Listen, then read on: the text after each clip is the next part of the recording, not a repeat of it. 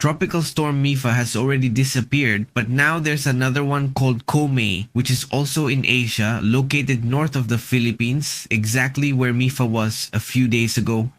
Well, now another significant storm has appeared, so stay alert for what's coming toward Asia. And also, a possible hurricane is coming toward the Gulf of Mexico, according to what can be observed, heading toward this area of Florida. The phenomenon will pass over Florida, and it could become a tropical storm or even a hurricane. According to reports, this has a 10% chance, a very low possibility of becoming a hurricane, but well, we'll see how it develops. By the way, the Pacific is very calm. Let's quickly look at the Pacific side. We can see there's a phenomenon. But it's very far from Mexico, the United States, and Central America, thousands of kilometers away and moving westwards. It's moving farther and farther away. On the other hand, the analyst Martin Wolf has warned that a Russian victory over Ukraine could trigger a continental crisis, weakening all of Europe and strengthening Moscow's influence in the region. This and the possible United States withdrawal from Europe. Russia has suffered approximately 5 times more casualties than Ukraine. That's impressive. This is compared to previous wars, the Russian and Soviet wars combined between the end of World War II and the start of the large-scale invasion. In February 2022, the number had already disproved the expectation of a quick victory by Vladimir Putin. Thinking it was going to be a walk in the park? It seemed simple, but it wasn't. According to the analysis of Martin Wolf, the chief economic commentator of the Financial Times, he delves into the profound implications of this war, what one outcome or another could mean. What is being determined is not the fate of Ukraine, but rather the fate of Europe. Will it be a democratic Europe, or will that come to an end? The analyst claims that Vladimir Putin believes he has the right to rule over Ukraine and to completely eliminate the national identity of that place. Hey, well, if you believe it, what had to happen happened. Look, it's been about 10 days already, 9 or 10 days, something like that. In Iran, there are explosions, leaks, all those things happening every day. According to reports, Iran has experienced a series of fires and explosions almost daily, affecting everything from refineries to residential buildings, causing concern throughout the country. Although publicly, the authorities blame deteriorating infrastructure and gas leaks. After 3 senior Iranian officials, including a member of the Revolutionary Guard, privately stated that it could be a combined sabotage campaign. Suspicions point to Israel due to its long history of covert operations on Iranian territory. A European official who cooperates with Iran also supported the theory, indicating that it could be acts of psychological warfare. One of the main explosions, the most serious one, occurred at the Abadan refinery. There, 1 person lost their life and several groups were left injured. Some explosions in apartment buildings were so intense that they brought down walls and roofs. For example, in Qom, a building was almost destroyed after the explosion. Attributed to deliberate gas, a fire that was also caused by alleged undercover agents. The residential complex in Tehran that was affected, called one of the most, let's say, important buildings for the regime since employees of the judiciary live there, was also the target of an explosion, which according to sources could be an attempt to spread fear among judges and prosecutors.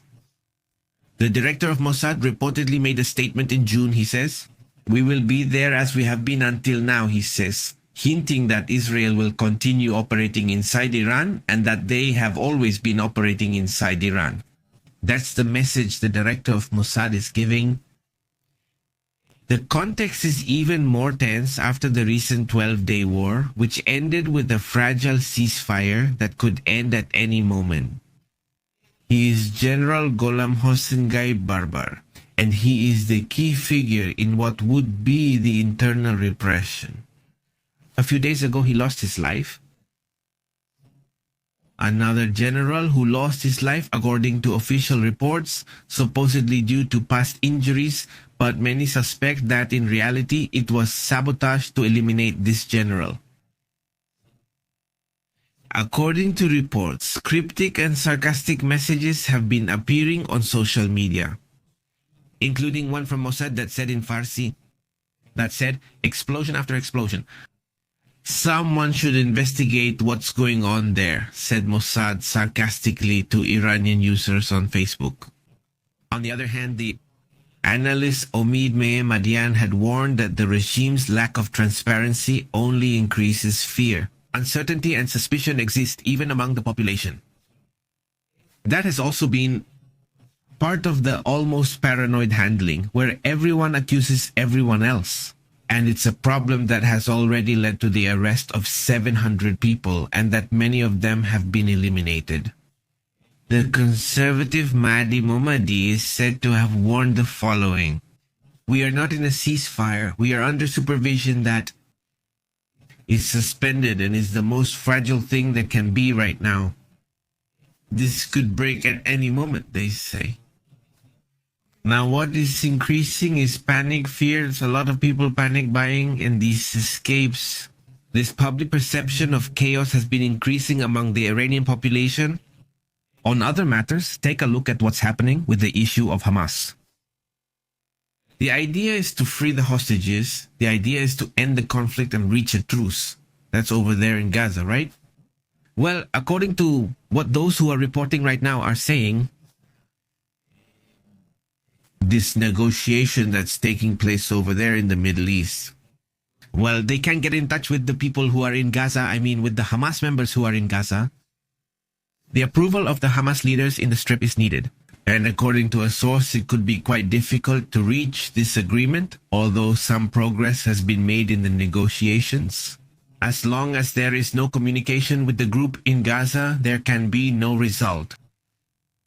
The negotiations in Hamas, or rather with Hamas in Doha, have not been successful because they cannot communicate with the leaders of the terrorist group living in Gaza. Given the growing frustration of the mediators over the slow pace, it seems that there won't be a statement, it seems that there won't be a decision soon. Since they are internally cut off from communication, it's very complicated to have a quick result from those possible negotiations. So pay attention to that issue because it's still a chaotic matter. The goal, according to reports, is to have information soon to already have a result. And in any case, well, to reach a truce in which all the hostages are released. Just yesterday, they said that these talks had made good progress, but then they paused and slowed down. It's a series of problematic things. They're there in Doha, there are also Egyptians, there's an Israeli group, and there are people from the United Nations. Come on, there are several people. Well, they're trying to negotiate this so the hostages are released and a truce is reached because there's a famine problem right now in Gaza. But really tough. Do you remember those images from the 90s of children in Somalia, just skin and bones? That's how many children are nowadays. Not all, but many. The current situation is challenging. With that in mind, let's discuss other relevant topics. What does Israel say about everything that's happening today? Well, they claim that they are closer than ever to achieving the objectives of the war, including the return of the hostages and the end of Hamas. But Yemen is still missing. There are other issues, for example, with Iran. I mean, come on, there are other objectives that could also continue to extend the conflict. Hey, on a different note, check out what the United States is saying about Mexico, specifically about the Mexican border. The FBI says that they and the Department of Homeland Security agree that they believe attacks by organized crime using drones will happen soon.